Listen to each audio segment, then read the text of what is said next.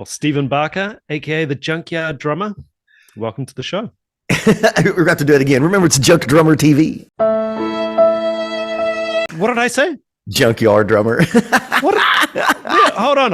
Where did I get Junkyard Drummer from? I don't know. You had it in the meeting. I've had that's the first time that's ever happened. It was usually people think it's. We're gonna.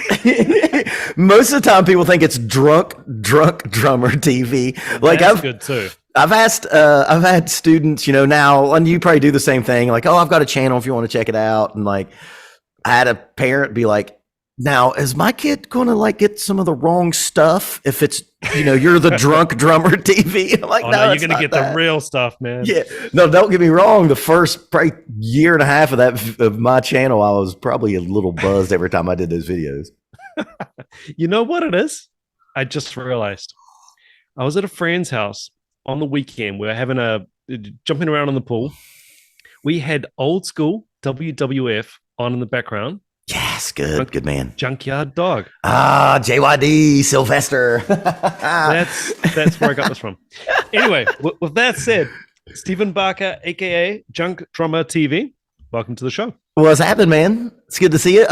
You are obviously coming from an alternative Earth. If you see, I am wearing a sweater, and it is 31 degrees in the mountains, and you are joining us from summer.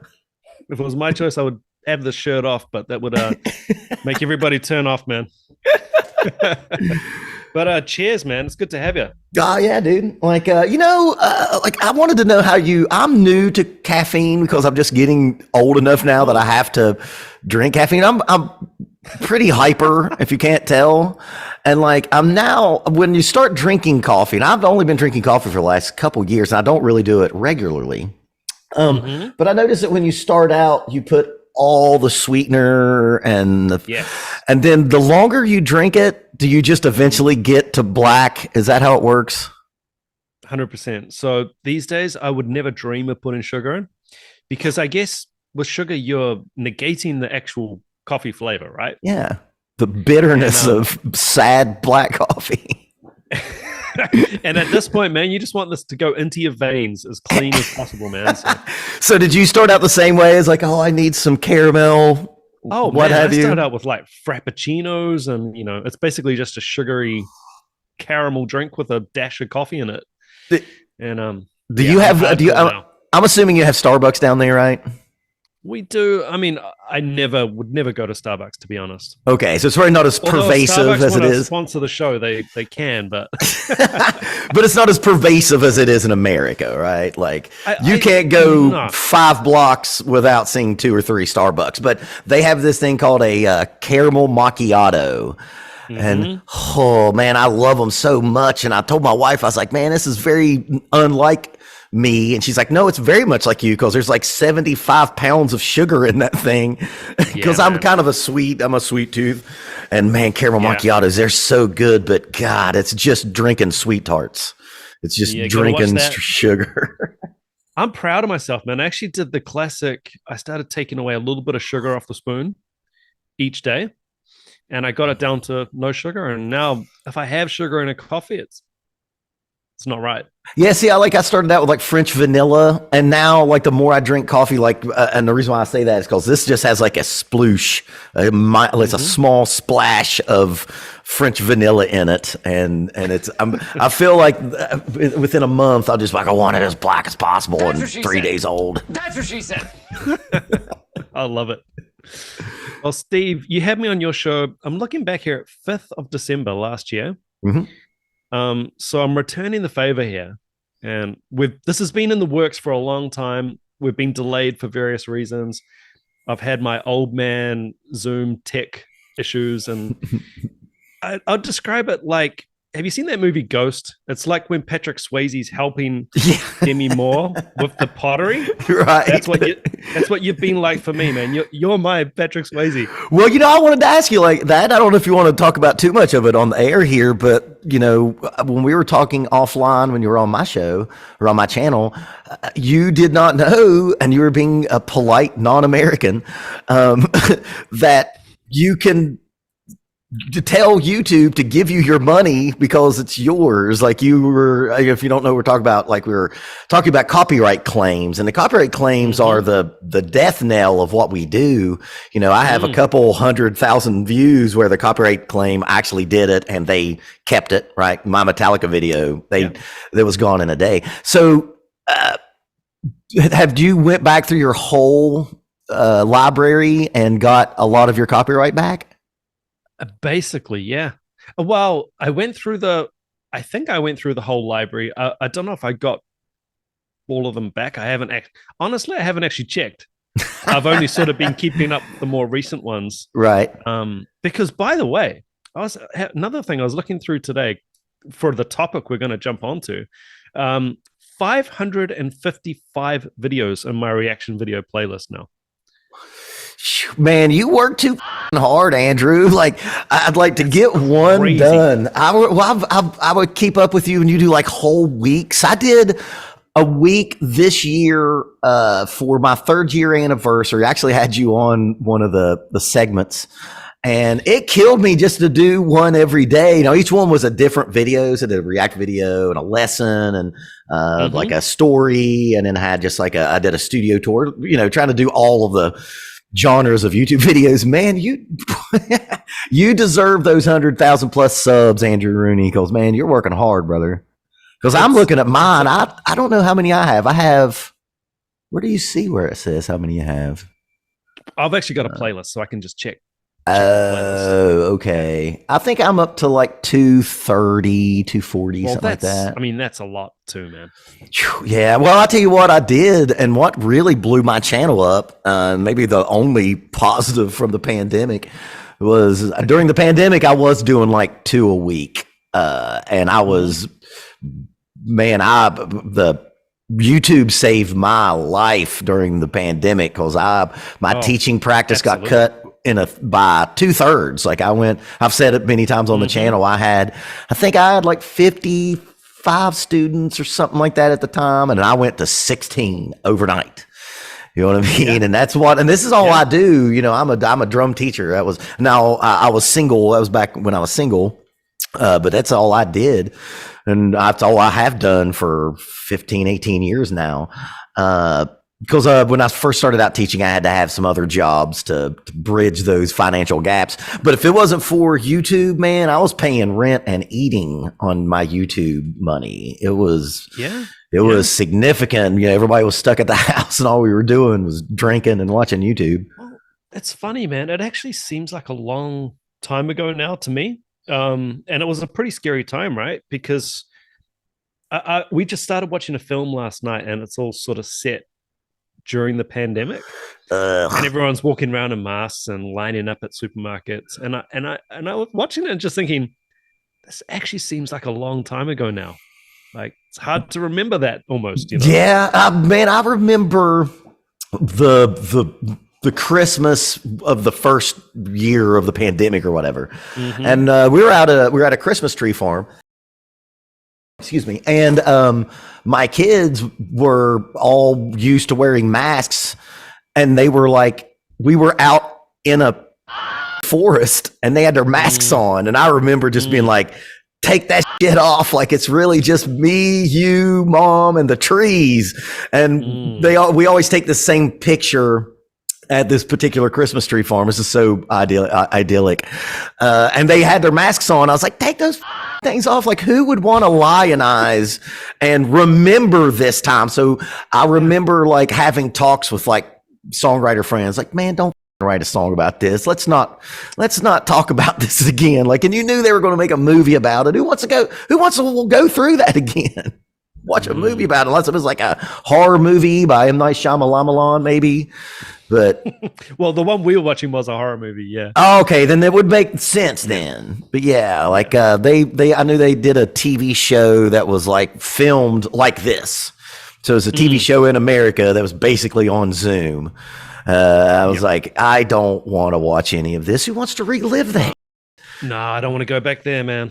That was awful, man. It's kind of, and you know, before I moved out to our farm, I lived in a college town for 20 plus years. And like, it's the live music scene kind of hasn't return. Like your national acts still draw, but kind of the local music scene, like people forgot that they wanted to go see bands, and now that you can, like it's weird. Is it like that there? Because I know, just based on our media, you all were locked down a lot harder than we were in New Zealand. Would you say that was the case?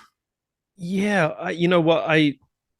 It's really hard to see your way through, different propaganda from different countries, but different media. But speaking about live music, now I chat to friends about this regularly, about the health, put it that way, the health of the live music scene locally. I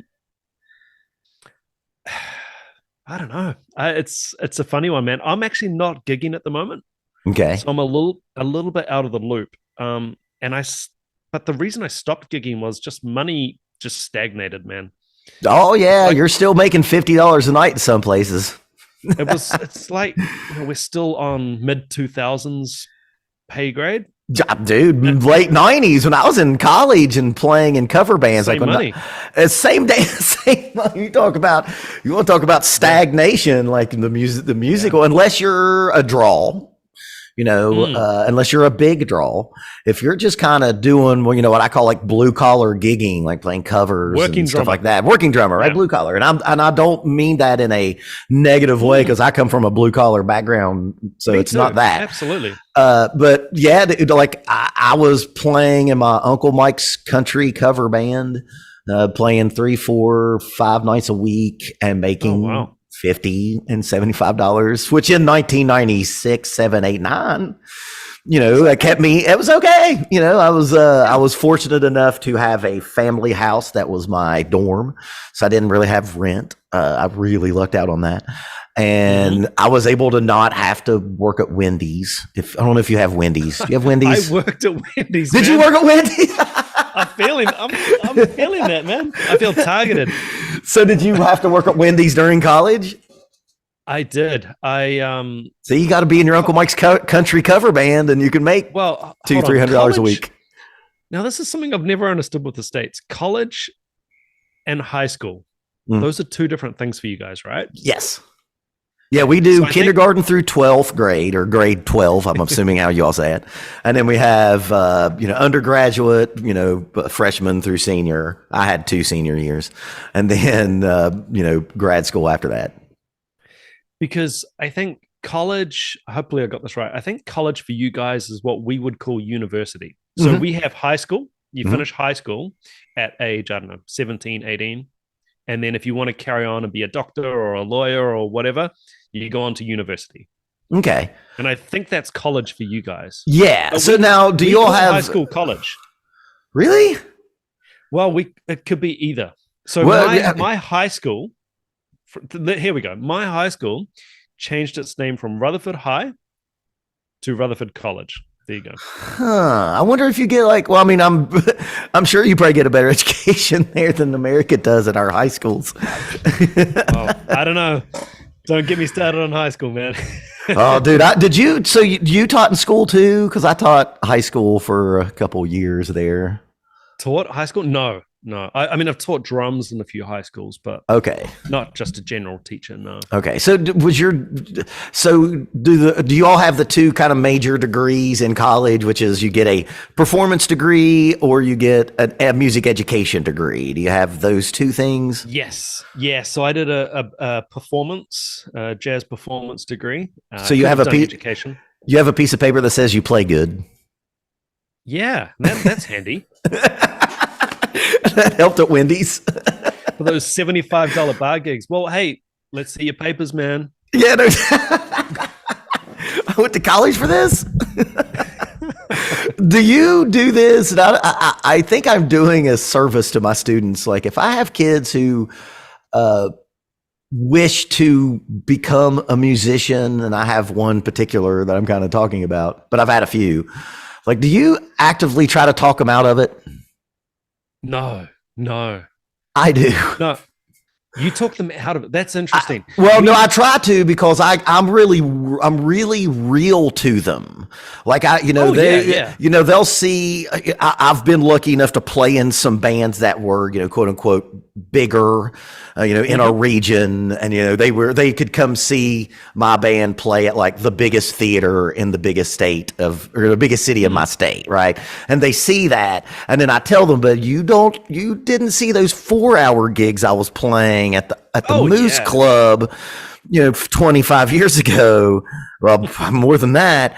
And I feel that like, if I try to talk them out of it and they still want to do it, and I give them the hard realities, because so many, I think, students just see like, well, there's 21 Pilots. I'm just going to go be 21 Pilots and I'll be rich and famous. Like, you're seeing like 1% of musicians when you think of like popular touring name famous acts, Rolling Stones, AC/DC. Oh, absolutely. You're right. So I try to tell them like, look, I've played to nobody. I've played to 15,000 people. I've also played to my girlfriend. You know what I mean? But yeah, I try to explain to them that you have to want to do this, and it's not all the time, and most of the time, it's not very glamorous. Mm-hmm. And that's probably why I try to talk about it. I'm completely real with them. I was thinking more along the lines of, again, I got one student in mind who, this kid is mind-blowingly good. I think he's 16. He's already recorded his own albums, played all the instruments. Yeah, you told me about this guy. I told you about him. So, for example, he is just a musician. Like, no matter what happens, he's going to be playing. He's already doing well. He's out earning a couple $100 a night, playing different gigs, backing different artists. So I think, but that plays into your point of he just wants it so bad. He's going to find a way. Right. I tell them, I had the girlfriend's mom one time tell me, when are you going to stop this music and get a real job? You know what I mean? Like, you need to let them know. I've had my electric turned off because I didn't have the money to pay for it when I was a younger man. You know what I mean? Like, to try to make it a way, and you can make an okay living, playing covers, but that inevitably has a ceiling. You know what I mean? You're not going to make $1 million playing in a cover band. You know what I mean? You're not going to make $50,000 a year probably playing in a cover band. I think it's important to like let these kids, because again, they're man, I used to this same thing. I used to do this mentor program at a grade school, and it was like, how to put it, was kind of in a financially strapped area, if you know what I'm saying. It was at-risk children, and they brought in mentees, and I remember all of my kids just wanted to be Jake Paul and Logan Paul. Yeah. Like, literally, we each got 4 or 5 kids, and those are your kids, and you would do activities with them. Like, one of the things is I taught them how to tie. You know what I mean? It's that kind of and we would talk about what they wanted to do when they grew up, and these were 6th graders, so they don't really know. But man, all of them were like, they want to be Jake Paul. And I'm like, dude, y'all can't all be Jake Paul and Logan Paul. This is bad. So, so I think it's important. It's important to teach, to let these kids know the real, you know what I mean? Like, to make a go of it. Like when I was on the road and say I would be gone for 2 weeks. Well, I didn't teach for 2 weeks. You know what I mean? So like, all the money that I made on the road was how I survived, and I had to still pay rent back then when I was a renter. And that stuff is, it's if you don't love it, you won't put up with it. And I think a lot of kids need to make sure they know that, you know what I mean? And I hate to do, go ahead. Oh no, I was going to say that actually, I often get asked YouTube advice now. I'm like seen as, like, for some people, like a YouTube guru now. Dude, you've got, man, you did what I never thought would happen when my channel started getting a decent following, and I've really stagnated lately, and it's kind of my fault. I was like, man, I wish I could get to 100K, but I don't know if a Drum React channel has enough too specific market. Yeah, just enough market share to get that. And man, I'm so impressed by you. And you got to, if you kept up with the others, because when I found you and Garrett, who just kind of disappeared, and there's the old cat named Gary. And then the Martin Jovovich, she was kind of the first guy that I saw. The middle guy, right? I think he's East European. Yes. And he had a lot of subs, and I thought, man, I don't think you can get to 100. And then you just came along like a workhorse, man, and did it. I'm so impressed by your hard work, man. I don't know how you do it. I was like, how does he keep doing this? Well, that's the thing. Like, I think because people message me like there's some big secret, but like you're saying, you wouldn't do this many videos, or you wouldn't do that many gigs or whatever unless you loved it. So I definitely don't think you can come into this or into drums and just think, I'm going to get a free lunch and it's going to be easy, and I'm going to be up on that stage doing that, because it's just. There's a lot of that is a lot. Well, a lot of it too is just the lottery. It's how many great local bands or regional acts that you thought, like, if the right person saw this band, they would be famous. And then, they don't get there. I can name 10 off the bat. One of them, I was in one of the bands. That's so much of the right people who are in the correct office building can put you on the track. But man, it's just like YouTube, just like life. I want to ask you this one. Do you know, or what would you guess, how many new songs is uploaded to Spotify every day? Okay. I think it's going to be way more than I would initially think. So I'm going to say something stupid like 50,000. 100,000 songs a day, new songs every day.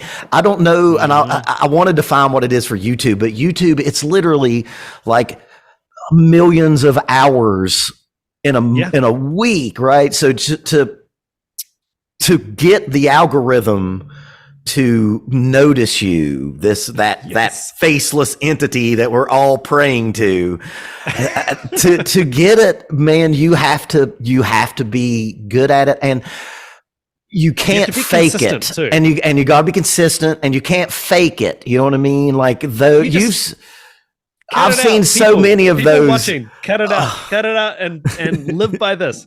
You got to be consistent, and what was the other? You got to be authentic, and you got to be consistent. Yeah, man. So many of those, when the React video thing started exploding, and I do actually think we're on the back end of that explosion right now. It was a whole lot of, it's one of the things when I watched you and I was like, here's another goddamn drum teacher React video guy. And I was like, oh no, this guy's a teacher. He's actually doing something here. He's explaining things, right? So many, and I'm not so much the teacher reacts, because if you're a teacher and you're good at all, you have something to bring to the table. But just like, it's like wife and husband, and they're watching Rush for the first time, and they're not doing anything. They're just, oh my goodness, the drummer's got lots of drums. Like, well, that some of them stuff don't even do sucks. that. I've seen some of them, and they've got a lot of views, and they'll literally just sit there. They don't even stop the video, just play it right through, and then at the end, thanks for watching, and then it's off. And they're uploading 4 or 5 videos a day, some of them, It's garbage. I tell you what. So how often do you try to go, do you try to do once a week, or like, because you were doing those you're doing like week long of Black Sabbath, and like, how do you do it? Yeah, a typical week for me would be about 3 or 4 videos. 3 minimum. I have dabbled and tried to do less, tried to do more, but I find that's a good balance for me. And I feel like I'm really lucky to have, I don't know, in some ways I do feel like I've won the lottery a little bit. So I kind of don't want to take my foot off the accelerator either, Yeah. So just keep it going. And see, I blew my channel up. Like I angered the algorithm because there for a while I was doing, every time I would do a React video, and I was doing once a week, and then during the pandemic and during the lockdown, I was doing 2, maybe 3. And then, man, I did a video, and I think I talked about it when I had you on my channel. I did a video on Ginger, Vlad something, a Ukrainian band, right? And man, I just wasn't feeling it. I was like, I'm just now doing this because it's what I'm supposed to do. And then I moved, and I've got a student. I think I talked about her again. I've definitely talked about her on the channel. She got like, I don't know, 75,000 subs on her TikTok channel. She's a drummer. She's a female drummer that keeps her clothes on. And she was very, man, don't act like that on your feed, bro. You know it's in your feed. I know what you're doing. No one looks at I'm not even on TikTok. No, not TikTok. I'm not on TikTok. I'm like Instagram like that. You know what I'm talking about. Oh, okay. You know, nobody stares that weirdly into the camera when you're playing. But I don't hate the hustle. I'm just saying I know what you're doing. But she was known as the 21 Pilot drummer. Or even her name was Tiny Dunn, right? Shout out Tiny Dunn. Oh, right. And she kind of hit that same brick wall, and she was more fearless than me, because she said, well, I started a new channel because I wanted to make other content besides just being the 21 Pilot drummer. And she's got millions of views. She's got tens and millions of views. She did a live stream on TikTok, and I modded it, and she had like 3,000 people watching her play drums. So before she played a gig, she had played in front of 3,000 faceless people on the internet, right? She's actually since now played a gig. And she said, I kind of lost the love of doing it, and I didn't want to just do videos that I knew would get a lot of views if I didn't like what I was doing.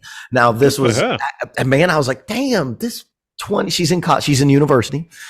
She's like 20-year-old. I've had her as a student for about 5 or 6 years now.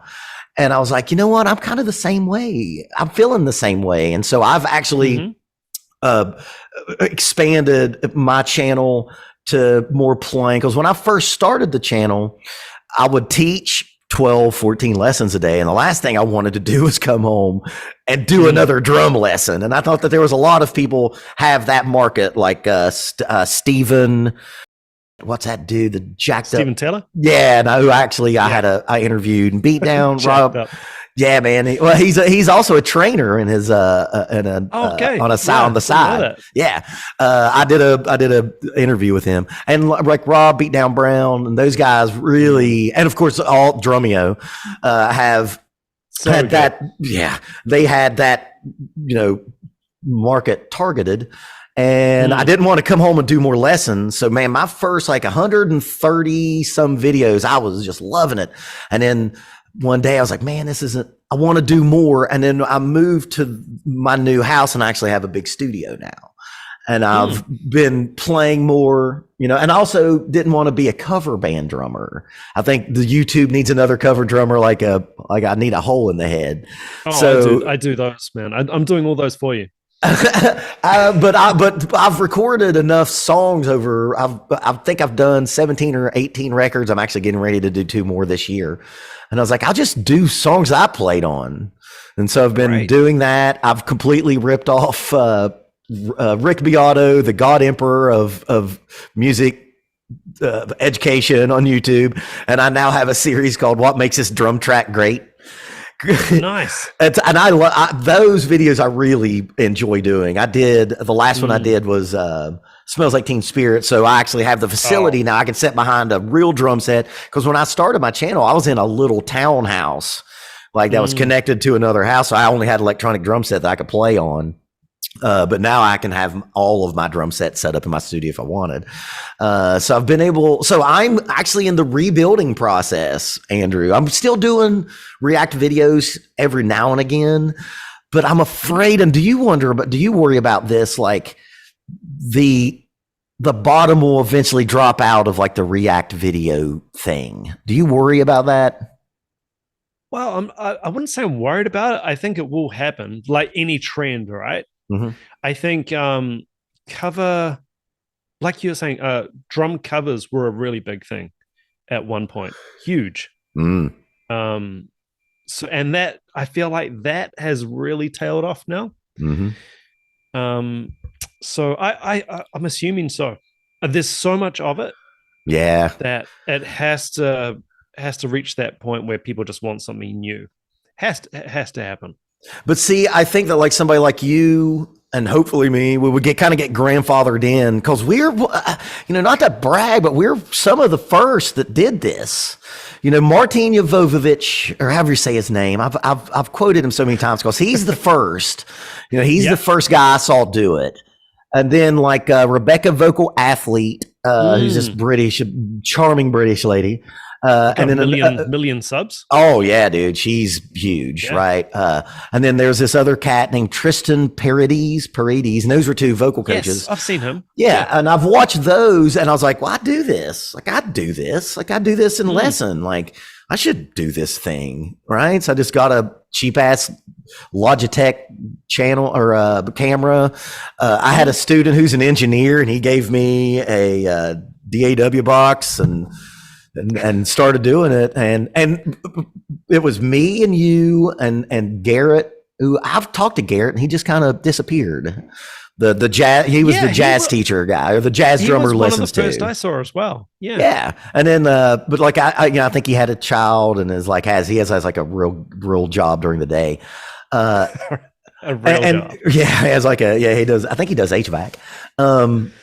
That's exactly. See, like music, like when I was talking to my students who I'm trying to talk out of being a musician, like people will say that to you, like, they have like a real job, like, just what else do you do? Oh, you're a drummer. What else? What else? What do you like? How do you subsidize your drumming habit with your other job? Here's a good one for you, man. It's along the similar lines. When I was at high school, I did drama. I did a lot of drama at high school, and we had a legit actor come into our drama room one time, and he was like going to speak to us about, the industry and how, all the things that we need to know about getting into acting. And so we're all sitting there all, bright-eyed, and we all want to be actors. And he said, my number one piece of advice to all of you people is to not be an actor. So I think for any creative man, it's such a hand to mouth existence, Big time. And I think a lot of, and again, with like the advent of social media, there are a lot of people, but we got to remember that they were kind of some of the ones that were the first to do it. Mm-hmm. Did make huge livings, like Luke Holland and Cooper Drummer and Maytal Cohen. Those were the first, right? And I was wondering this the other day. What do you think about this? Do musical instruments now exist just so kids can play the instruments on social media? This is another thing that I have, this chat group I have with other drummers locally and other drum teachers. This is another thing we often talk about. Have instruments become almost a novelty? Like, is a band in a bar, is that a novelty now? Because modern music doesn't have instruments in it. You know what I'm saying? Like, I'm gonna, the next video I'm actually gonna do it tomorrow, is I'm going to listen to the either top 5 or top 10 pop songs in America. And I think that we're going to probably touch upon some of this. And it's like, dude, I had a student, like when I tell someone I want them to get a piece performance ready, I say that I want this to be performance ready. And a kid said, oh, you want it to be like Instagram tight. Wow, there you go.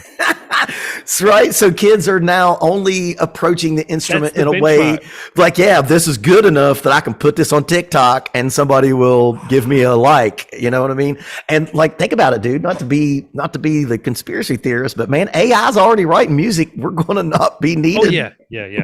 And it's not going to get any worse. They're going to get better at it. Yeah, that's all they can do is get better, exponentially so. Have you heard? Have you heard the? I'm going to get this. It's the Schubert. There's a Schubert symphony that was unfinished, and so they fed this AI everything that Schubert has ever done, and they finished the fourth movement, and maybe the third and the fourth. We'll listen to it. It's like listen to the in its entirety. I have a friend who's he's actually a classical composer. And he's the resident composer for our local symphony, and I played. We were going to a gig. I was subbing with his band, and I watched him go like, "Oh no," because it's really good. It was so good. It sounded like Schubert. You wouldn't know that this was written by an AI. It makes me laugh, man, because you think back to like Milli Vanilli. How much crap that those guys copped for not singing. That's all people do now is they can lip sync on social media. Nobody sings now. but Milli Vanilli still cop it. It's still a Milli Vanilli, right? I still see Milli Vanilli jokes. That's the term. You know, when someone's lip singing, oh, they're doing a Milli Vanilli, and it's like, hold on. Nobody's singing now. So back in the back when I was in college, we went to this thing called the PASIC, the Percussive Arts Society's International Convention. If you ever get to come to the States and come to this thing, it is drum heaven. So it's part merchandise convention, and then another part master class clinics. So I've seen some of the best. I saw Horatio El Negro Hernandez's very first clinic. I saw his very first clinic, dude. Everybody was there. Dave Weckl was there. Giovanni Hidalgo, like all these heavyweights. They were there like we were because we'd heard about this guy that did the left foot clave, right? We just heard about him. So I was at that. But another clinic I went to was this guy named Robin DiMaggio, and he's kind of fell off the map. But in the 90s, he was kind of a go-to studio and touring drummer, and he had done a New Kids on the Block tour, and he just, pulled the curtain back and was like, I didn't play a note on that show, on that whole tour. And then this motherfucker fake played. And dude, he could get so close to the drum, it looked like he was playing. This was in the 90s. This is in the 90s. Yeah, Robin DiMaggio called himself out. It's like, dude, I played a whole tour where I didn't play a note. I was there. So he wasn't allowed to hit the drums. No, he was there to look like they had a band behind him. It was the craziest thing. It was like pro wrestling. You know how like in pro wrestling, like you look like you're punching somebody, but you're just missing them? This was like a pro wrestler drummer, and like they turned the music on and he looked like he was playing, and he you could tell he had practiced it. And like as I was in college, it's like, what are we doing? Like, do I have to practice acting like I'm playing? I've had to do that in music video shoots, and that's miserable. But yeah, I mean, that was going on in the 90s. Eventually we're not going to be needed. So get back to were you teaching? I'm sure you were when Rock Band and Guitar Hero was big. Yeah. How many students did you get come in and be like, well, I beat whatever that Land of Ice and Snow song on extremely difficult, so I could probably play drums. I got so many students like that. Yeah. Now I have a lot of students who are there, and you can tell that they don't want to do the gradual process to get good. They're just like, when can I start filming? Can I film this and upload it? It's like instruments are only existing for views on social media. And I don't know if it's good or bad. I think younger drummers, or not even younger, inexperienced drummers, have been conditioned into thinking, because there's this typical way that lessons or licks get presented, and it's fast to grab your attention. So they just blaze this linear lick, and now I'll teach you how to do it. So then they do it slow, and then a bit faster, and then back at full speed. And I feel like that's how people think, like that's the actual process, and that's it. There's nothing else. Whereas obviously, you and I both know that to get a difficult linear lick clean, I mean, it could be months, it could be years. It depends. Yeah. I think. Go ahead.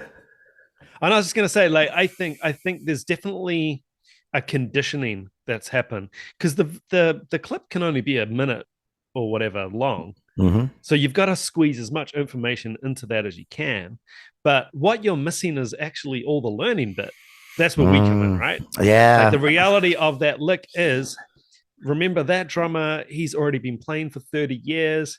He's already worked out all his linear independence, and now he's just applied it in a different combination. Whereas you're coming in cold, it could literally take you years or decades, you know? And eventually just the AI will just do it for you, and you won't even need somebody to do it. Program it, man. What are you doing? I've talked about it on my channel a lot, where I think that, I'm the old man in the wilderness shaking his tiny little fist at what YouTube has skewed what people think a drummer is supposed to do. One thing that I do to students who I know are going to stick with it and are going to be good students and practicers, I make them just play grooves for a long time. And you can tell that, like, they'll get itchy, and like when I'm not talking, they'll try to play like a drum fill. Like, we'll get to that soon. We'll get to that eventually. Because when you play a song, and if you're doing it right, for the most part, unless you're in Polyphia or one of those other bands that is the exception to the rule, you're playing a groove like 95% of the time, and you're playing a drum fill for 5% of the time, right? And with YouTube shred culture, kids think that that's like what you do. You go play a Tom Petty song and you play this like Steve Gadd linear drum fill, over I Won't Back Down or some like that. And I think that it's a problem. I could be wrong. I could be just being old and out of touch, and I'm fine with that. I'm okay with becoming a dinosaur. But that's just not what you do when you go play a gig, man. No one, and I tell this to students all the time. Nobody, and I could be wrong unless it's Polyphia, no drummer gets a gig because they got good drum fills. No band auditions a drummer like, man, that bald guy with a beard, man, played a ton of great drum fills. No, they talk about he or she or they has good feel. They have good time. They are, they're sensitive to the song that's going on. And those subtle nuances are lost when you're watching somebody play, the coolest, fastest drum fill in the world. Well, I always looked at myself as my job was to create a dance floor, right? And the only way you're going to get that is a good connection in the rhythm section, and all of those fundamentals just being taken care of. And if you throw in something really angular and crazy, and you come out on the 2 of the next bar after the fill, that person on the dance floor, not only do they not care, but you've kind of killed it a bit. You've kind of killed the vibe. So, I still think all the good players in town, the first cool guys that are getting good gigs and good sessions, they're still called basically on their fundamentals. Can you make this sound good? And that's what I think. For the drums, we're here for the song. That's the thing. Like YouTube shred culture, it's like you're playing for yourself, and there is you have to split the difference between yourself and your artistic expression. But where does your artistic expression end when it starts up the song? You know what I mean? And like, dude, I had a lesson the other day with one of my bestest students. So one of the things I do in my lessons is I will give them songs they've never heard that doesn't have drums on it. And I say, you compose the drums. Right. And it's actually some of my favorite lessons. I only started doing that about 3 or 4 years ago. That's great. It's a really good, and I act like a producer because I also produce bands. Right. So I talk to her, or they or him as a producer and not as a drum teacher.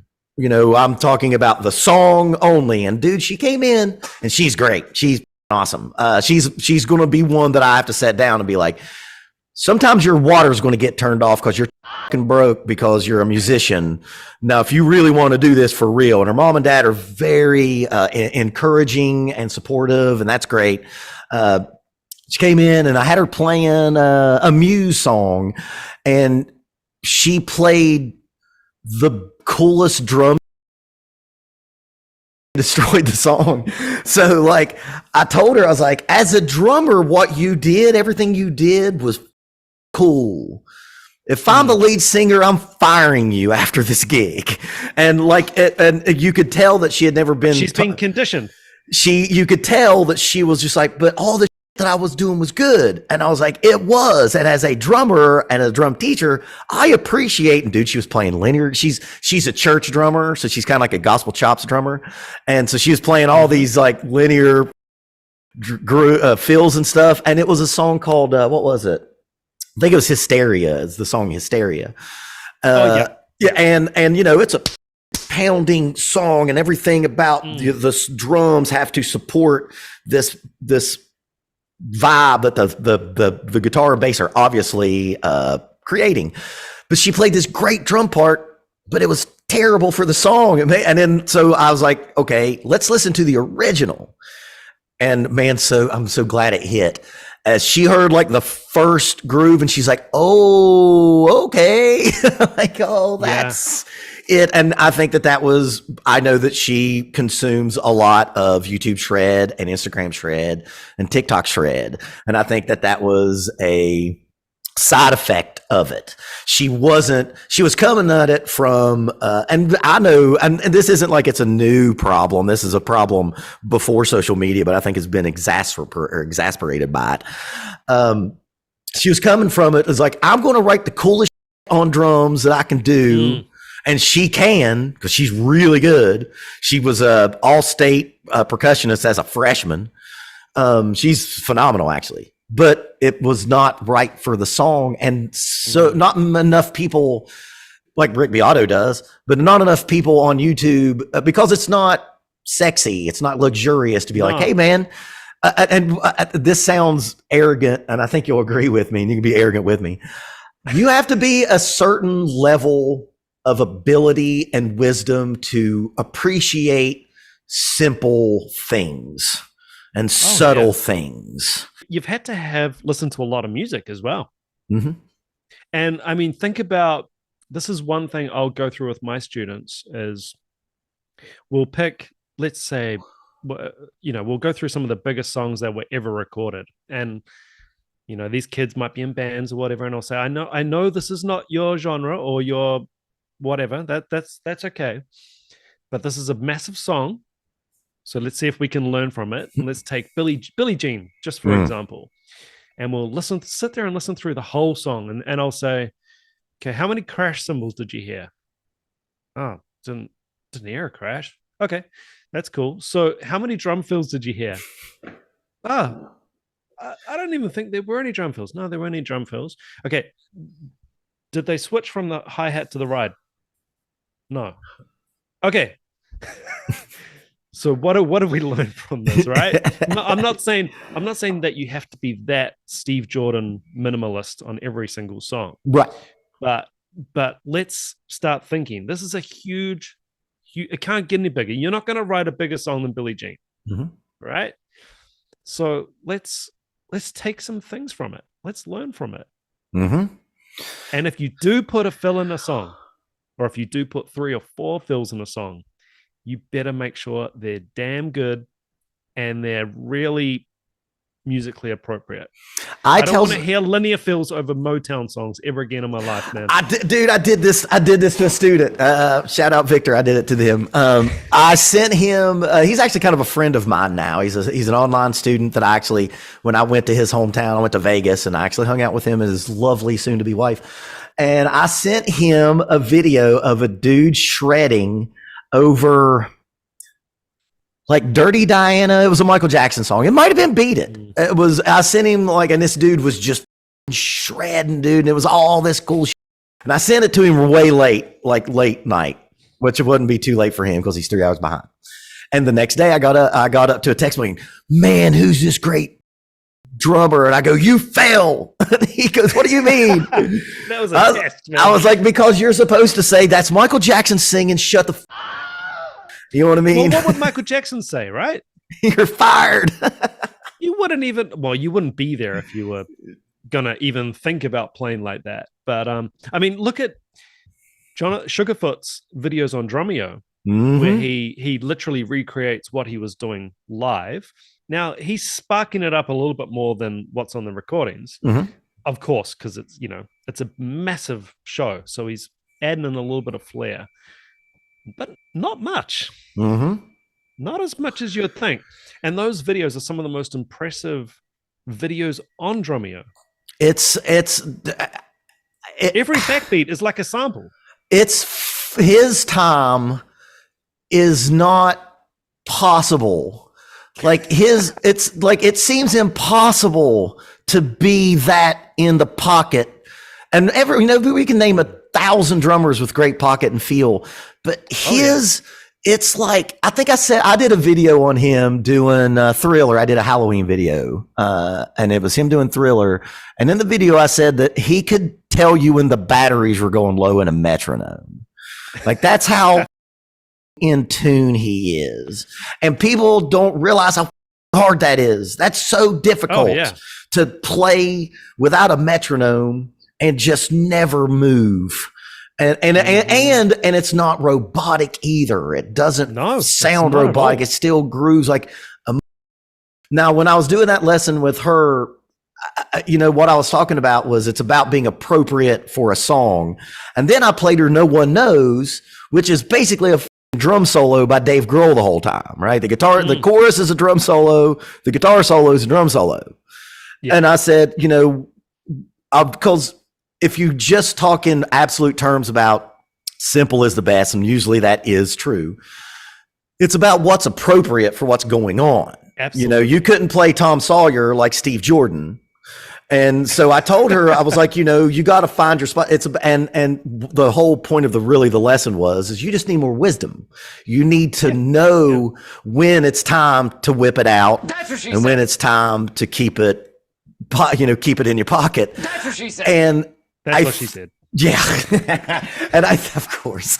And I think that I'm worried that the egolessness that makes good drummers is being eroded because of YouTube shred culture.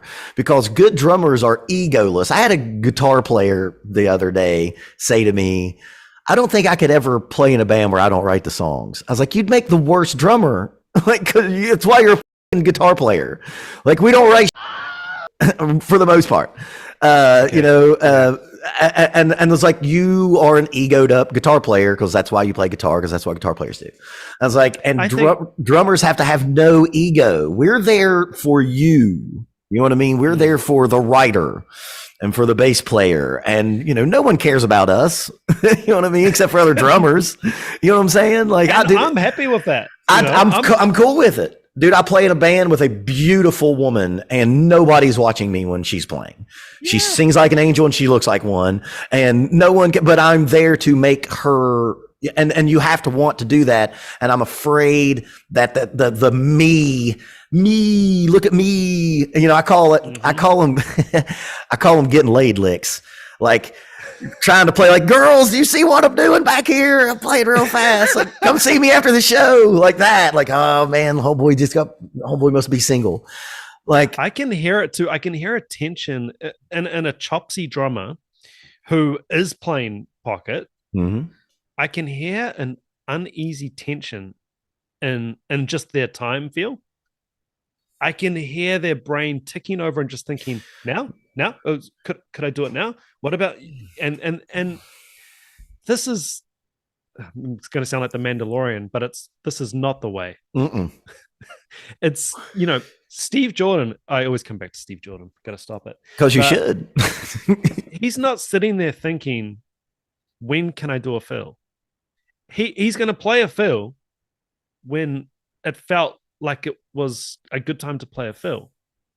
I mean, that sounds like gobbledygook, but it's just the way it is.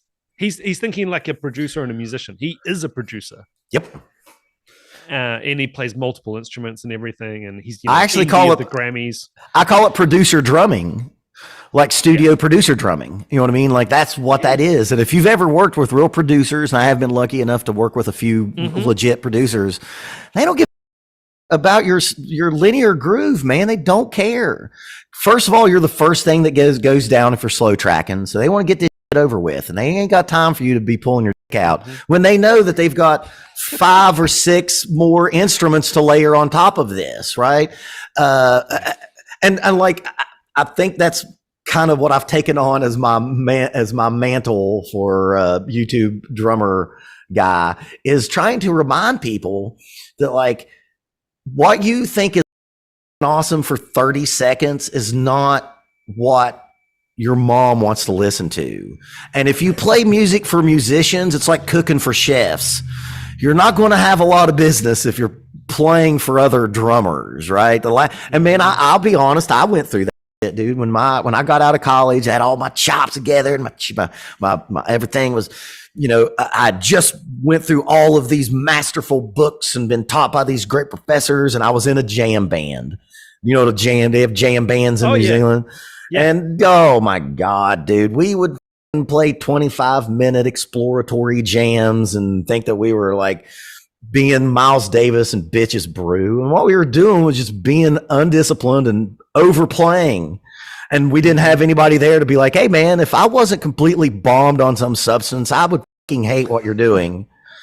And then I got with a guy who, God love him, man, who had just been in a major band and on a major label and had toured. And like, you know, this guy opened up for Tom Petty and the Allman Brothers and Kings of Leon. And he had done the real shit. He had made a record with Jay from Wilco, and his one record was produced by the 2 guys in Blind Melon. He had done the real shit. And like, he just came in, he was just like, all that garbage, if you want to keep this gig, dude, we're not doing that. Like, here's this thing, here's this entity, this song. And I think that you have the ability to make this thing better. And more isn't more. And I know it's such a teacher cliche to say less is more, but that's when I became a real musician. But I also think that you should play in a situation where you overplay because you get your chops really good. You know what I mean? Right. So that wasn't terrible. I think when you're young is the time to just go nuts and just overplay, because, you know, you're learning and you need to do that at some point. There's plenty of time to, you know, rein it in, but I think you can go for it. I mean, on the channel, I always talk about the concept of the invisible drummer. So, and people completely take this the wrong way and think I'm dissing drummers. So, I don't know why, but the Carpenters just come to mind. I'm a big fan of my 70s soppy soft rock. But if you listen to a Carpenters song, right? Obviously, Karen Carpenter is a ridiculously good singer, and Richard Carpenter is an incredibly good songwriter. Put on a Carpenters song, you won't notice the drumming. And that's because it's Hal Blaine, who is one of the best drummers of all time. And it's because he's doing his job. He is completely invisible. You won't even know there's drums there. Oh, there's drums. Is he playing brushes? You know, like, it's not even, it's so smooth and so appropriate. Even the fills, it might just be like 2 hi-hats. And then you're back into the verse, you know? Did you ever hear the Neil Peart quote about Hal Blaine? No, he said that when we were kids, our top 5 favorite drummers were all Hal Blaine. Yes. Now, Hal Blaine could blaze as well. Yeah. He could blaze around a kit. Don't worry about that. But he didn't need to. And who's getting hired? I mean, he's the most hired drummer of all time in the studio, 25 hours a day for, 6 decades or whatever. Because it's, what are you trying to accomplish? Are you trying to put yourself over, like we talk about in wrestling? Are you trying to honor yourself and your abilities, or are you trying to play selflessly and make a song that may touch somebody else? That's what she said. When you really get into Dude, I had a chance to do that in my 3rd year anniversary, and I put in the videos like, I'm not going to do it, Andrew. But you're really, and I'm a songwriter as well. And when I write a song, I'm not writing a song to talk about me. I'm trying to touch someone else. I want someone to enjoy it. It's like, that's what I'm doing music for. And it's my therapy, and we're in this together, but I don't want to make me the focal point if it's not needed. And again, it goes back to that wisdom thing. There are songs where drums need to be busy, and you need to have the wisdom. And dude, I've on some of those lessons that I've done with students, and I love when this happens, when they're writing songs to, writing the drum parts. And I've even been like, you know what? You're being too safe. We're on that double chorus at the end. Maybe you whip it out a little bit more. You've been very disciplined all the way through. Now we've got this big crescendo at the end of this song, and we're doing like a double chorus. Play a little bit more, the wisdom of that. And it's something that I struggle with still. Like, it's why it's why I love having producers that I trust. Cause when you in a studio, and this, you've played a song 25 times and you're fried, you don't know where you're at. Like I call it, like I don't know where I'm at. And I need to have a producer that I trust to say, Steve, you got it. Your drum fills are fine. You probably had it 16 takes ago, but you were the lunatic that wanted to do it more.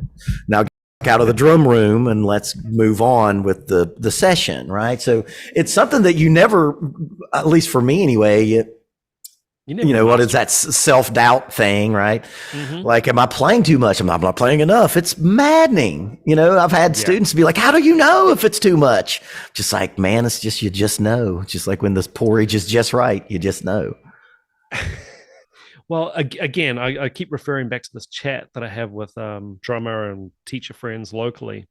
One thing, I'm not going to win any friends by saying this, but one thing we'll often talk about is how small the player pool is for the high-end gigs locally. So if I can't do a gig and I need someone, now, as I say, I'm not going to win any friends saying this, but this is what we talk about. This is real stuff. There's hardly anybody we can call. There is probably 20 people. This is a city of 1.5 million people.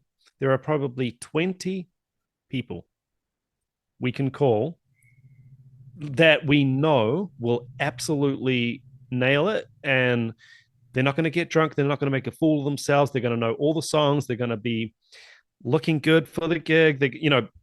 You just don't have to worry. Total pros. They're a consummate professional. They're going to turn up. They're going to make you look good for giving them the call. We're literally talking about 20 people. Now, coming back to your point, why is this? There's a lot of drummers, but why can we only call such a small pool of players? So the things I feel like coming in as a drum teacher, you have to look at is, let's go back to basics. Are your backbeats consistent? Do they sound the same each time? Forget all this, I can play 240 BPM and nobody cares. Can you make a snare sound the same every time? If you swinging or slightly swinging a groove or a shuffle, is it consistent? The same degree of swing for 3 or 4 minutes, or is it just sometimes it's Gene Krupa wide swing, and then other times it's just New Orleans and the crack swing, and it's just a mishmash of both of them? Or is it just a beautiful? This is where Steve Jordan always wins. He wins all of it. This is just control, man. He's just got so much control. And, and then just knowing songs. Do people and know the songs? So if there's a 7/8 bar in this pop song, do they know that? Or are they just going to 4/4 their way through it? And this is so fundamental though. And I think it's getting lost because everybody wants to play fast. And I'm trying to break that with my students. Like I said, I've got like 20 eighth note, quarter note grooves. I get everyone to play, and that's all they do for a few weeks. And I probably, now if I have a student that looks like they're losing interest, then I will be like, okay, we're going to learn how to play a 3-hand, a 4-hand, a drum fill. It can't be absolute. That's one thing. Here's something I wanted to talk to another drum teacher about, because I don't talk to other teachers. That sounds awful. That sounds talking to other, like when my drum buddies get together, we talk about like everything else but drums. Well, we'll talk gear, I guess. But yeah, like I couldn't imagine talking drums all day with other drummers. Oh man, I do. Like you probably may teach as much or more than I do, man. Sometimes, like I always think of it, it's like a gynecologist. Like if they come home to their wife and they're like, if I see another one, Jesus, you know what I mean? Like, cause I have other interests as well, and I'm running a small farm here. And I've got chickens. We're about to bring in pigs. I've did a big, over the channel's life, I've changed my lifestyle a whole bunch. When I first started it, I'd just come off the road. I was living a very single man's life. I got married pretty late in life. I had a little, 2-story apartment, we call them townhouses here. And, it was very, economical. So it allowed me that if I had to leave and not get any money for teaching for 2 weeks, I was still able to afford it. And then I, met the love of my life and got married and moved out of that town. I now live out in the country. I have 15 acres here. I have 26 chickens. That will be more eventually. So as I've gotten older, it's not that drums aren't my main focus, because I do them every day. Mm-hmm. But it's been strange. Like when I talk to my friends who are drummers, we end up talking more about our life, and maybe, what we would talk more about is we would probably talk about like the songs that we're getting ready to perform, or like the records we're getting ready to do. But like, like my buddies, Rod, Jeff, and Jared, we'll talk about like a song that we like. We don't really talk about the drums. I said this on my channel once. I got buried for it, and I'll probably get buried on your channel too for it. I play drums because it's the best thing that I do to make a song better. Like I'm a song fanatic. That's what I love. And I can play a lot of stuff. I can overplay I can overplay if you want me to, but drums are just a vehicle for making songs I want to hear. Like we had band practice yesterday with Sasha, and we were writing 2 new songs, and not once, and I'm so glad to finally got here. It only took 45 years because I was that same drummer like you were talking about, like the guy like, is it now?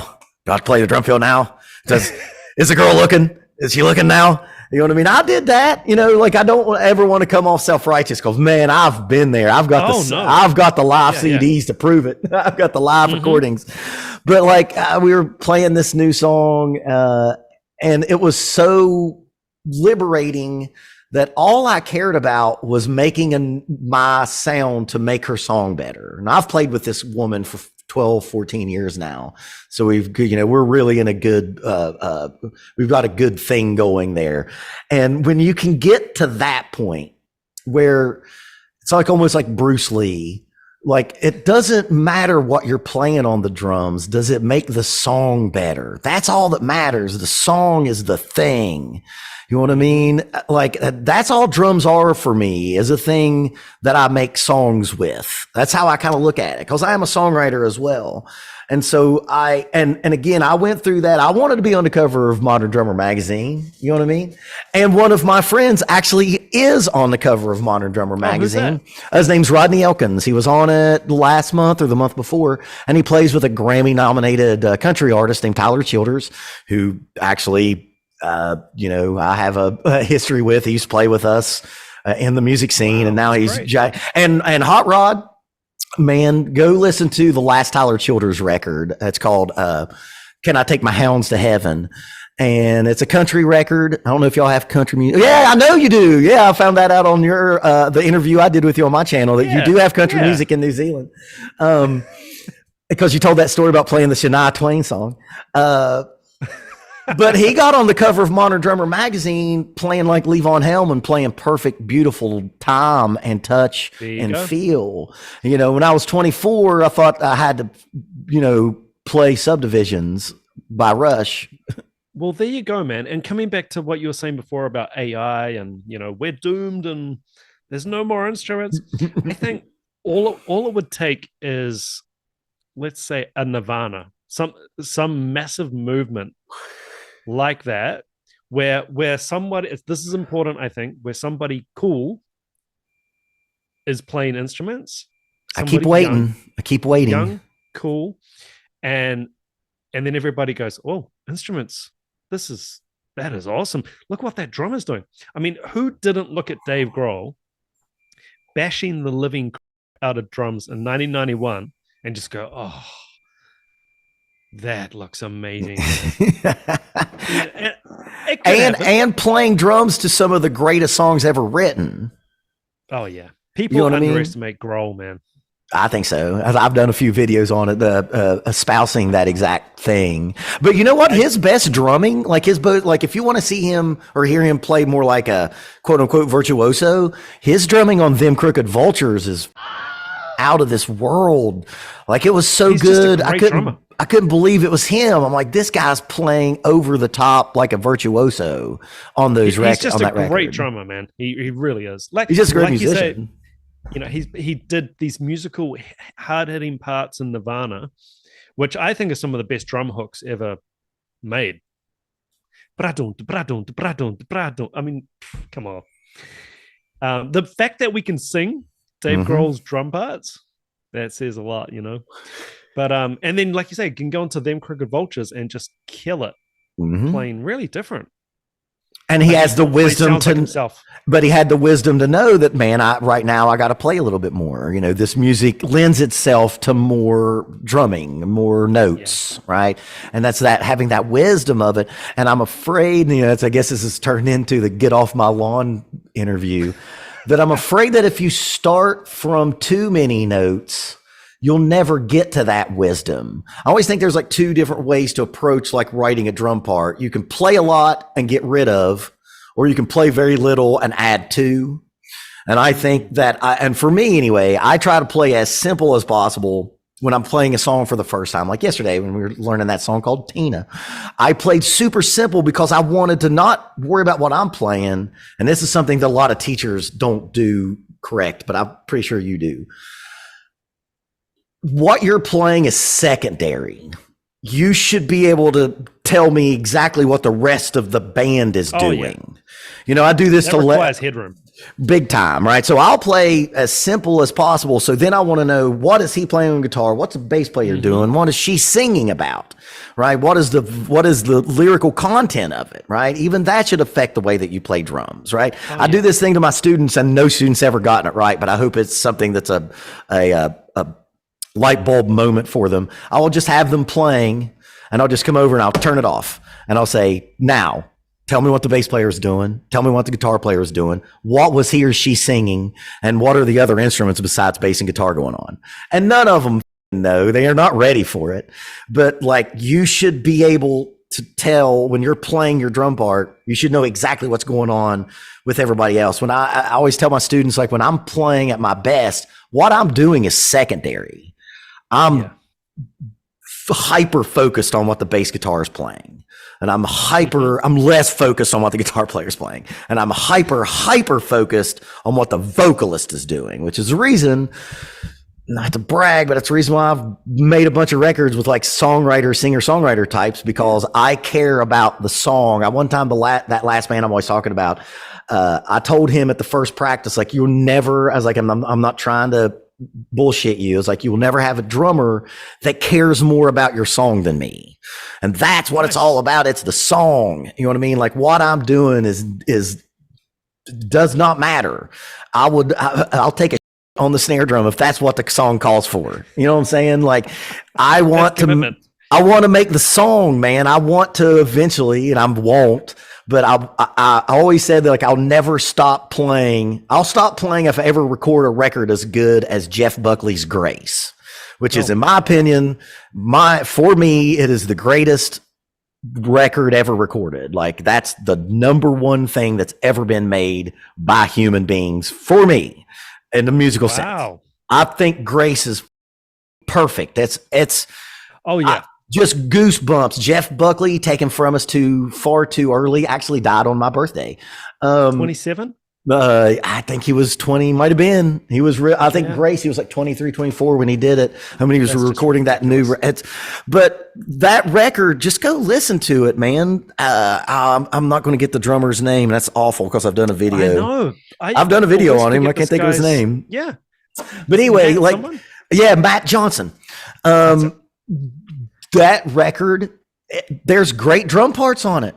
There's great drum parts on it. Grace is a wonderful drum part.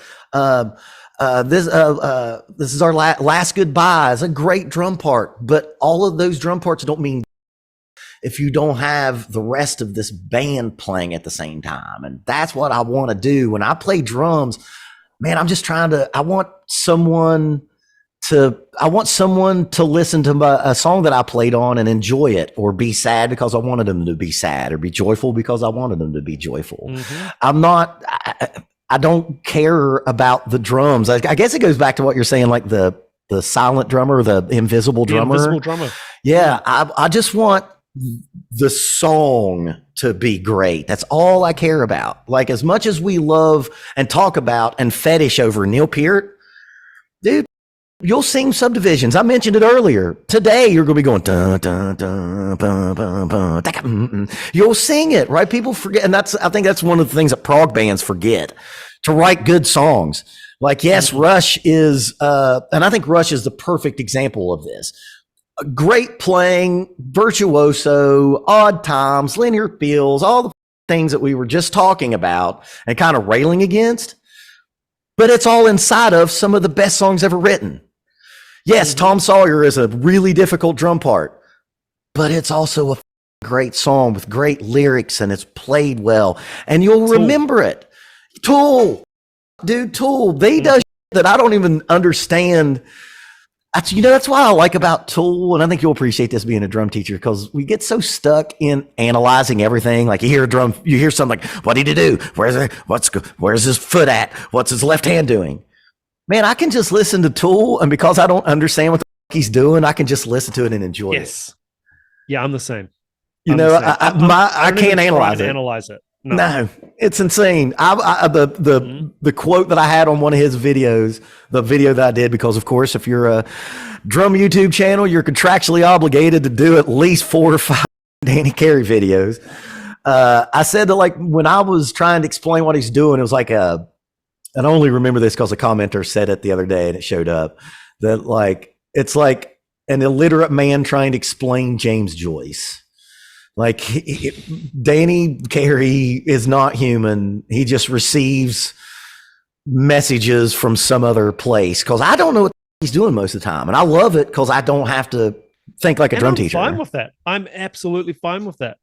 You know? Have you ever had to do this? I don't want to be a Tool covers band. Have you ever had to do this? And I've done this since it's been a Danny Carey song, where like a student's just like, hey, can we learn this song? And I'm just like, dude. And I always tell them, that if I could play that song, I wouldn't be here with you, buddy. Like, have you ever had to white flag a song?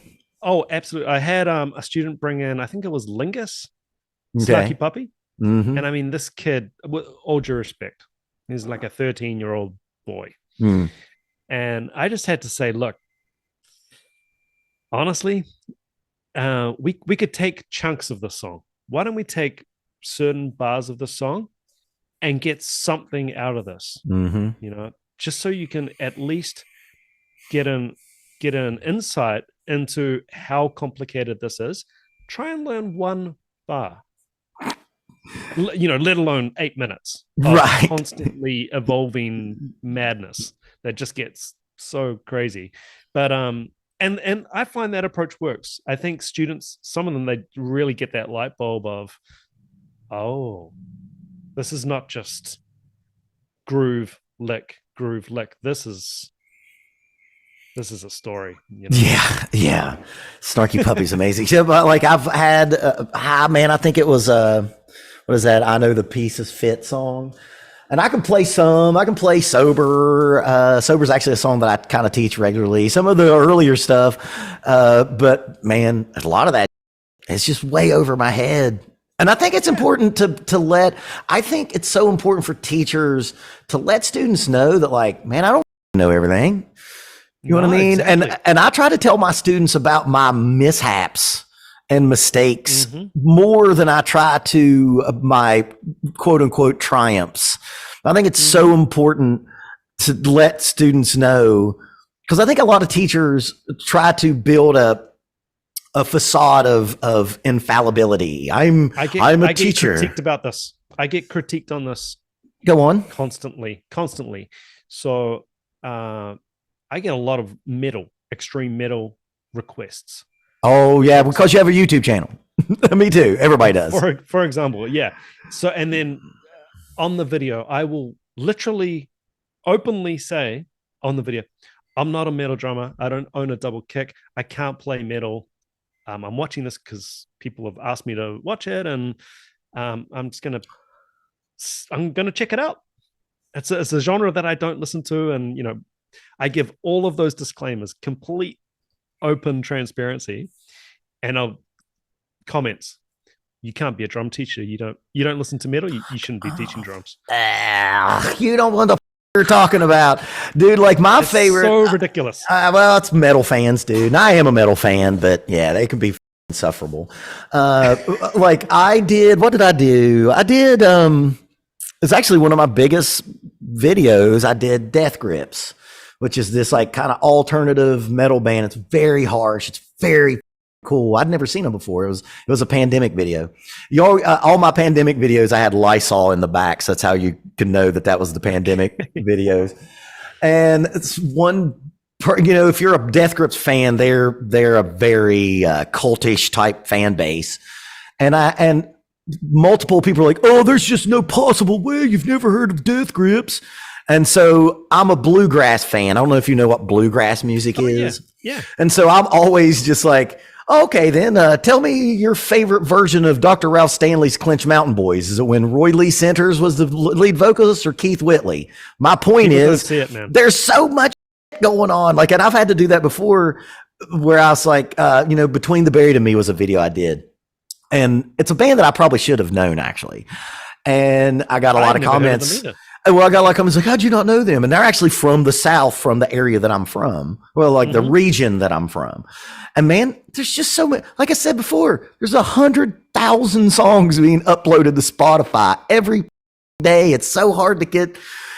And that's just that metal thing. You know what I mean? It's their thing, and they try to gatekeep it, as they say. I've gotten that same. And I'm a metal fan. I'm in a metal band, and I get for that. And I love that you do that. I think that's so important, because there as much negativity as you'll get from that, I guarantee you get a lot of people that's like, well, that's a breath of fresh air. Here's someone who's actually admitting that he's a little out of his depths, and that becomes part of the video, and that's interesting to watch. That's why Garrett did so well with being the jazz drummer, listens to metal, because it was this guy who's like a jazz guy, like, has brushes in his hands all the time, and listening to Annihilator or whoever. And that was interesting to watch. You know what I mean? Like that's yeah. I love that you do that. I think it's important to do that. That's the thing. I'm not pretending to be a drum teacher. I am a drum teacher. So how many times have you had commenters be like, you're not really a drum teacher, dude? Oh yeah. Well, actually, I think that's calmed down a little bit, but it has for me too. I had a good one the other day. Well, something along the lines of, "You're a fraud. There's nothing in that mug." You can't look. I was just thinking, of all the things to come at a drum teacher about, there's no coffee in. I can see there's no coffee in his mug. You're working your coffee drinking. Yeah, man, so the comment section. I love the idea of just pretending to drink coffee. I love, like, after our last interview when you were on my channel, where we started sending back and forth like negative comment stuff. That was cathartic. That would be a group I would be in. Besides like talking about the best way to teach a double stroke roll, I would like, and man, have you ever thought about this? Because I think you're around my age. Could you have dealt with this kind of negativity when you were younger? Are we just old enough where like, man, I don't care? This is a really, really good point, man. And this is something you've been talking about during this video about things that you like to alert your students to, about lip pocket versus chops and musically appropriate. I'm really big. I have a chat to all my students about this, trolls. If you do choose to put a video out, if you release some music, if you share some music online or share it on a Facebook group or whatever, and I just tell them, hey, you're going to get slammed. Some people will love it, but the comments you will notice are the ones that say, hey, I don't like, you're ugly, or whatever. And I feel like it's actually, sadly enough, it's actually something that you have to talk about. But I always approach it like this. Like, I've been checking out all these videos and releasing all this content. I might release a video by Vinnie Colaiuta, for example, who's undoubtedly one of the greatest drummers to have ever walked the earth, without a doubt. Now, people will chip in the comments and critique Vinnie Colaiuta. Okay, that's funny. They will. They will. Ringo has sold more albums than anybody alive, but he's going to get critiqued. So there's nothing you can do. Yeah, you cannot avoid it. It's just the way it is. Andrew, you need to do a read mean comment video. I've done a couple of them. Oh my God. You need to go have a few of your favorite beverages. It's got to be late night. You can't do it sober. Yeah, I've done 3 of them. You can't do them sober. And just let it loose, man. It feels good. And it's good content and people love it. You know what I mean? Like, I own that stuff. But I will say that, like, man, if I was younger, man, I'd probably the heart. When I first started, I had so many people be like, you're not really a drum teacher. Absolutely. I guess. But and then you think about your real life, not on YouTube. Mm-hmm. And I mean, are you ever at a gig and someone walks up to the stage and goes, you're not a real drummer? No. So well, did you ever feel that you needed to play on your channel to kind of just accredit what you were doing? Because I didn't play on my channel for a long time. And then I almost felt like maybe I need to do this to let them know that I know what the I'm doing. Oh, man. Well, I had literally hundreds of videos of me playing before I did a reaction. See, I didn't have any. I must admit, I thought, man, I need to post some different type of videos because I'm doing reactions on all these amazing drummers where they're doing incredibly difficult stuff. Whereas my day-to-day career as a drummer is pocket. Mm-hmm. I don't do anything complicated, really. I've got limited facility. Everybody does. Everybody in some way has got limited facility. Yeah, oh yeah. If you're an extreme metal drummer who can blast at 250, I'm sorry to say you've got limited facility because you can't do other stuff. And that's not a critique. Mm-hmm. That's just real. Well, you brought up Vinnie Colaiuta. I used to be a pretty religious modern drummer reader, and again, I don't anymore. Because again, drums exist, and I say this looking at 5 different drum sets that I have in front of me here, plus this one. The drums these are just the things that I make music with. So the idea of just I want my facility to be for the song. But talking about Vinnie Colaiuta, there was a Modern Drummer magazine, and that rant was to say, I don't really want to come home and read about drums. It's a gynecologist thing. If I come home and see another one, honey, anything else. But I used to read it all the time. And in Vinnie Colaiuta, and this was right around the time that he recorded that Sting record, 10 Summoner's Tales, which is wonderful. Yes. Some of the best drumming that he's ever done. And I'm a Frank Zappa freak, so I've heard Vinnie play astronomical, right? I've seen him play the Black Page. But in that video or in that interview, I'm on a drummer, he just buries his left foot and he's like, because the question was something to the like, what does Vinnie Colaiuta work on? And Vinny's like, my left foot sucks. Like and I was like, God damn, that's Vinnie Colaiuta, putting holes in his game. One of the greatest to ever do it. And even at his, God, he's got to be almost in his 70s now. And this would have been in the 90s when he did 10 Summoner's Tales. He wasn't a spring chicken. And here's a guy that's still looking for ways to get better. You got to take that's not inspirational. You should just keep it in the case. That is a big, I kind of wanted to get onto this, but I think we're probably running out of time now, is sort of myths and misconceptions within drumming. And I think another one that I get this from the comments, I get this vibe from the comments that you're either a master or you're not. And there's this idea that someone's like clocked drumming, like they've done it. And if you can't play a certain song, you're not good. And it's almost like a video game thing where people are thinking in levels. Yeah. I've done this level, and if you can do this song, you've gone up to this level. And I mean, it just doesn't work like that. It's not. It doesn't. Like, I say this a lot. Like, I didn't need a drum set when I was a kid to just make myself the center of attention. I wanted a drum set because I wanted my buddies to come over and play in a band with me. You know what I mean? And I wanted to play music with other human beings. And I think that's, again, I guess a lot of this interview is talking about the paradigm shift of what music is anymore. Is it just performing for a little snippet on a social media site? Or are you trying to write that next song that gets played at someone's funeral or gets played at the football game that everyone sings along with, right? Like, you were talking about you're waiting for the next Nirvana. Man, I've been waiting for the next Nirvana since like Nirvana.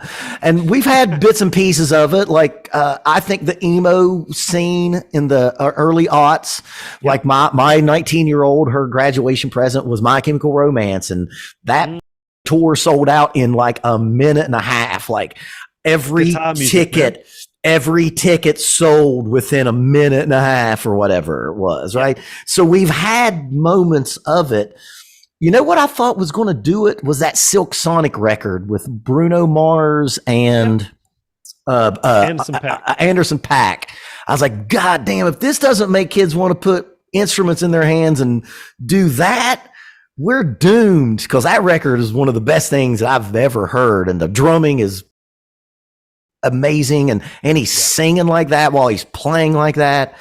Busy drum parts too, man. Busy, but busy in the right way. It was busy in the right way. It fit that genre. When those lessons where I have my kids write drum parts, I don't tell them if a drum part is right or wrong. I say it's more appropriate or less appropriate. Well, that style, that Stax, Motown, all of that, the way that he's playing, it's just appropriate. It's appropriate for it. And man, I thought Greta Van Fleet was going to be it. You know what I mean? And they kind of are, sort of, but if you say they kind of are, then they're not. You know what I mean? Like, when was the last time a rock band came over and took over the world?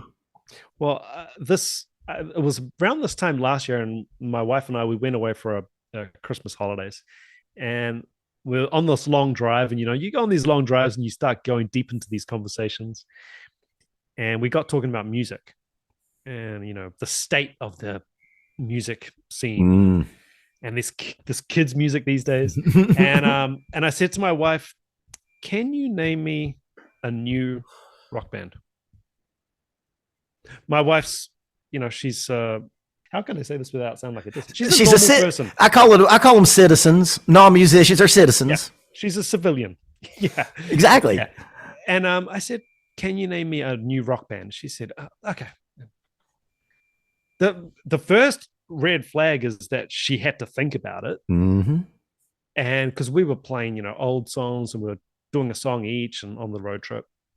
And she said, well, yeah, there's heaps. I mean, you look at all the bands, there's heaps of rock bands touring, Rolling Stones, Foo Fighters, AC/DC. And I said, hold on. Yeah, exactly. Hold on. These bands are old. Decades old. Foo Fighters' first record was like 97 or something. And I said, like, honestly, can you think of a new rock band? She could not think of one. No. So what she did in the end, this is how bad this got. She had to Google new rock bands. Steve, she brought up a list. We did this on a few different sites, Rolling Stone or whoever, just to get a cross reference, like top 10 best new rock bands or modern rock bands. We didn't know any of them. That's because Greta Van Fleet kept getting mentioned. Yeah. Royal Blood come up. Okay, I hip to some of their stuff. Beyond that, man. England still has rock bands. I mean, they still, even though the Arctic Monkeys aren't really a rock band anymore, they kind of still do. That's the next video I'm going to do. Is I'm going to probably do the top 5. 10 might be a bit much. I may have to drink too much to get through 10 pop songs, but I'm going to react to, and it'll be copyright claim, but I just want to do some. I'm just trying to do some different stuff on the channel. I want to get out front of the bottom falling out of the react thing. Now, again, with you, I think you're going to be the one that everybody still goes to. You know what I mean? Oh. I think you will be grandfathered in. But I think that but I know that what it's going to be, and it's going to be like, well, this is just garbage. I'm afraid. And I know that Taylor Swift is the #1 song in America right now. I know that's one of them, and I haven't heard it yet. Maybe there'll be some drums in it, but see, I won't even come from it from just a drummer standpoint, just is this musical? Is this good? Is it good? Because I like 80s synth pop. I like it doesn't have drums in it. I grew up on hardcore gangster rap, which was all sampled. Goddamn, I listened to NWA and the Ghetto Boys it's why my mouth is so dirty. Because when I was a teenager, I was listening to Eazy-E and Ice Cube. I was on all that, man. Dude, where I was from, because I'm from the country, I'm from out, obviously, and it was the most punk rock thing I could do and listen to was just the gangsterous rap I could find, man. I was obsessed with it. The production and the, say what you will about Dr. Dre or any of that genre, the music is great.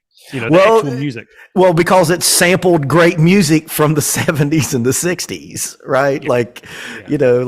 Which was real instruments. That's exactly. Right? So, and what was cool about that was I listened to all that stuff. And then when I got into the jam band scene and got into become a big funk fan, I started hearing all these snippets that I'd heard when I was a kid. And I hear Maggot Brain by Parliament or Funkadelic, whichever one it was. It's I've heard that in 5 songs already, right? It's already had a connection. That era of rap was so musical because it was sampling James Brown, some of the best drummers of all time, right? J-Bo and Clyde Stubblefield, right? So my point is, if the song's good, I don't care if it was played on a suitcase and a paper bag, as long as the song is good. You know what I'm saying? But I think that my video I do tomorrow is going to be probably depressing, because what is popular? Who listens to the radio? You know what I mean? Most of the time, how many times has kids come to you for songs that they want to learn and they found them on TikTok as a dance or something? For me, I'm finding gaming stuff. Yes, Under Oath, like that. So, and some of that music's actually pretty good. Yeah, and there's a lot of money in gaming. So there's a lot of money in gaming music. So a lot of good musicians are making gaming music, and that's totally fine. But I think to the requests I get, and obviously no one's requesting AI drum parts or electronic drum parts. Everybody is requesting acoustic drums and a real drummer. So that's really good. I think there will always be that audience of hardcore music fans. I think we're always going to have that. But is it popular? Because that's the problem, right? Well, popular, have you heard the debate of like, is podcasts killing music? Like when people go on, like when you said you went on a long road trip. Now, my wife is a big music fan. She actually has really good taste in music. But if she goes, I know that when she took our 19-year-old to college, I know she's listened to a lot of podcasts on that 12-hour drive. You know what I mean? Do you think that podcasts are replacing music? I love podcasts, man. Me too. I'm on one. Well, I full disclosure, I listen to far more podcasts and audiobooks than music in my spare time. I have found that I've had to make sure that I still listen to music. It's almost like I have to go out of my way and not put Joe Rogan on, but let's listen, the last thing I listened to was a bunch of bluegrass music because I went and saw a bluegrass musical, and one of the performers in the band was a friend of mine, and I was like, I want to hear that guy's record. But I've found myself, I'm a biker, right? A bicyclist. And it's dangerous to ride on roads with music because you can't hear the stuff going on around you. So I will go on an hour or 2 hour bike ride, and it'll be a podcast because I can hear the cars coming. You know what I mean? Like it's podcasts. It's an interesting debate. Like, is music dying because of podcasts? Well, I always had the excuse that because I do music all day, every day as a job, that when I'm in my spare time, like your gynecologist analogy, I like to put on something else. I like to actually think about something different, put on a topic, I don't know, space or the universe, something that I would love to know more about, and just, immerse myself in it. But maybe you're right. Maybe the civilians are, maybe they're the same, maybe they want to be educated. Yeah. I mean, we live in such a wonderful time. It's so easy to be cynical and black-pilled about it. And I've got a teenager in college, what that brings. I'm just like, look around. Like, this is all so great. You have a thing in your pocket that is the sum of all human knowledge with a few clicks. Like, how great is it? I have a woodworking business on the side, and I started that kind of late in life, and I've learned it all on YouTube. Everything that I do, every time your work on Instagram, man. Every time somebody puts over like, oh, it's so great. Like, just watch YouTube, man. Like, how wonderful and I do have problems with some of the censorious natures of YouTube, but just from I want some information. Like, how wonderful it is. And I love the decentralization of YouTube. And maybe we can wrap it up with this. Me or you, nobody would have said, hey, here's these two long-winded, bald-ass drummers that have all of this esoteric information that would never be on Hulu, that would never be on Netflix. Nobody in an office building that makes those kind of decisions would ever think that you would have 100,000 plus subs and however many million views, and I wouldn't have 40,000 subs and almost 7 million views. Nobody, dude, we have more views than what CNN Plus was getting in the short time that CNN Plus was an entity. And it's because this information and everything has been decentralized, and now you can just put the shingle out in your front door, and you can start your own business, and that is a wonderful thing. Andrew Rooney, we would not be here if it not for YouTube and finding our own. We did this. We did this without any help. Have you ever ran an ad? No. Because you can do that, right? You can run ads, right? You'll see ads for stuff. You did this without ads, and it's just because it was good and it was honest. And the things that you were like, that story about you'll just put the disclaimer. That's so refreshing. Like everybody, because there's so many podcasts, everybody's a goddamn expert in everything. Mm-hmm. And it's just so nice to hear somebody like, I'm not sure. Let's listen to it together. Maybe we'll come to the conclusion on our own. It's wonderful. I think, that's just so true. I think YouTube has buried, like, for example, reality TV. Oh, yeah. Who watches that anymore? Because the issue with reality TV, that the issue they had is it's not reality. It's completely fake and scripted. Whereas YouTube is actually, you're literally just seeing an actual drum teacher talking about whatever he's talking about, the topic of the video. And the other thing is you can search topics, right? So you might want to know specifically what Vinnie Colaiuta, what lick he played in that great drum battle with Dave Weckl and Steve Gadd. You can search that stuff now.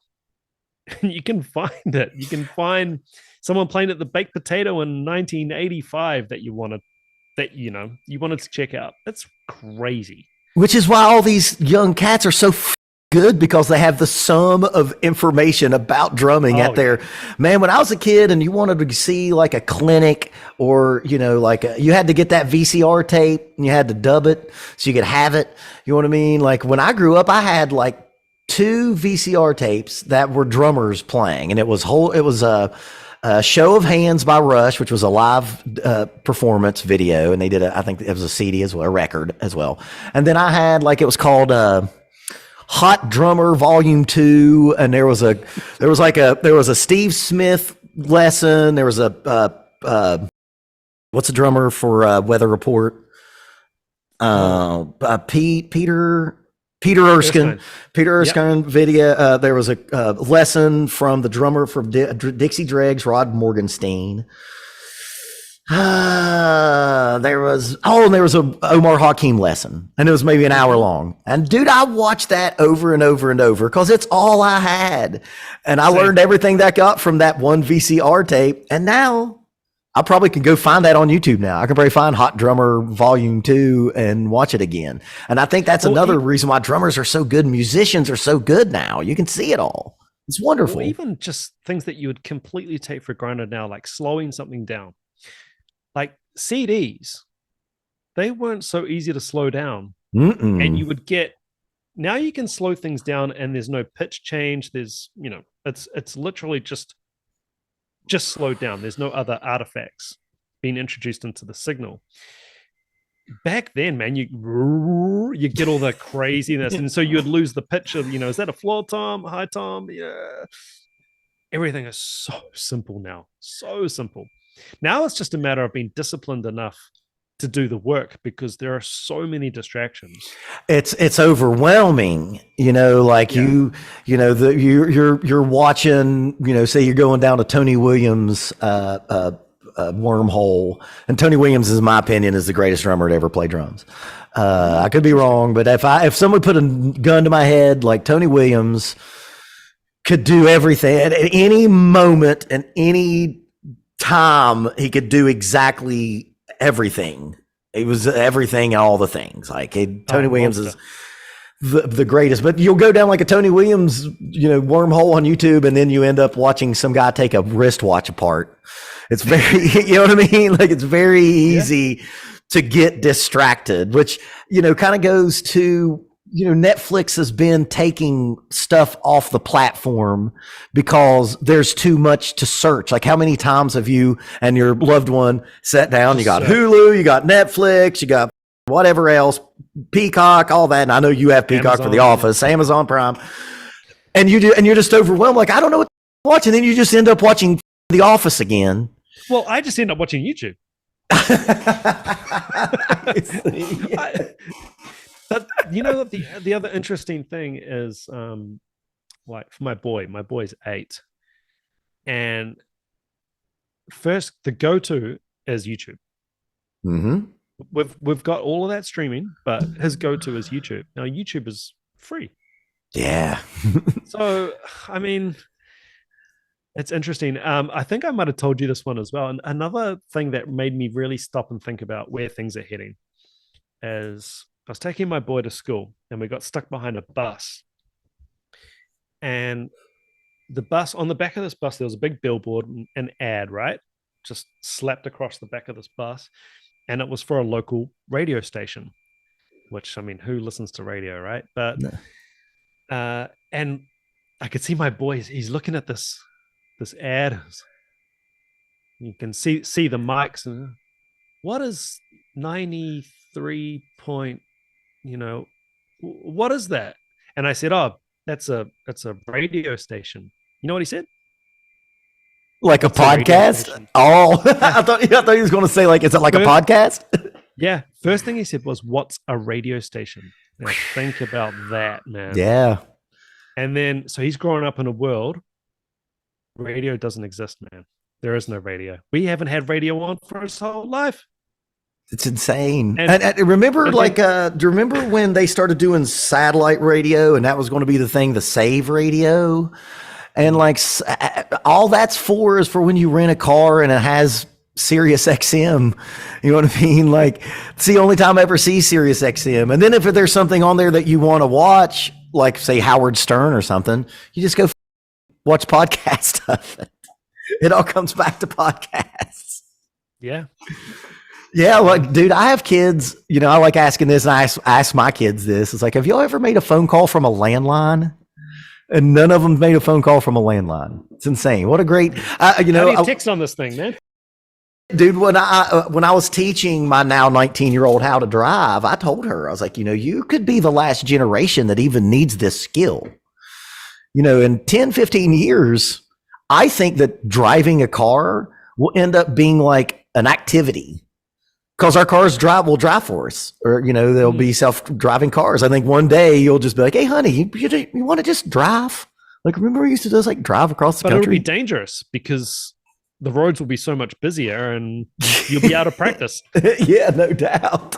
It's a strange time we're living in, and like we are, we're the boomers now. We are the boomers. I think you're around my age. I didn't grow up with. We tried to figure out how old I was last time. Remember? Yeah, that's right. You didn't know. Now, you're old when you don't know how old you are. Exactly. Well, I turned out that I'm 44. Okay, so I turned 46 in May. Actually, okay. May 29th was my birthday. That was the same day that Jeff Buckley died in that horrific swimming accident. But yeah, we're going to end up being the boomers. We're going to be the ones, like back in my day, the drums played by humans. And now robots are playing drums. Dude, did you see that video where the chess robot broke his opponent's finger? There's a chess robot in Russia, because of course it is, and he was playing like a grandmaster 9-year-old or something. Okay. And look it up, just search for it, and it reached across the board and broke this kid's finger. What? Dude, I know that sounds insane. And the guy who is the robot, wrangler said that, quote, that robot has never been mad before. The machines are taking over, man. I'm telling you. So, man, you better get your drumming in now before they take over. It's interesting, eh? Like, how much is there going to be a point where we have to rein it in instead of like the technological advancements? Well, I mean, that's what Elon. People who are in the know that know that stuff have already talked about it. Like Elon Musk. I know that he's a polarizing figure, but I mean, if anything, the guy's smart, and he's the one that has said that, like, we need to right now legislate what these things can and cannot do. Here's a story, man. I know we're far from drums, but I like talking about things other than drums. There was this interview on YouTube, and I can't find it anymore, but the Google cars, the cars that self-drive and do all that.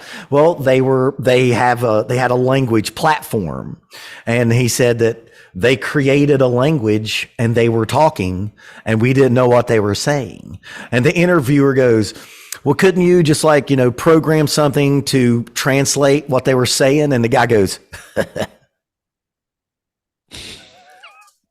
like, yeah. So they had to shut down the communication between them because they didn't know what they were talking about.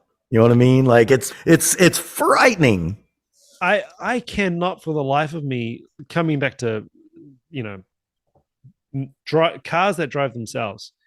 This all has to be, there has to be some kind of central control for this, right?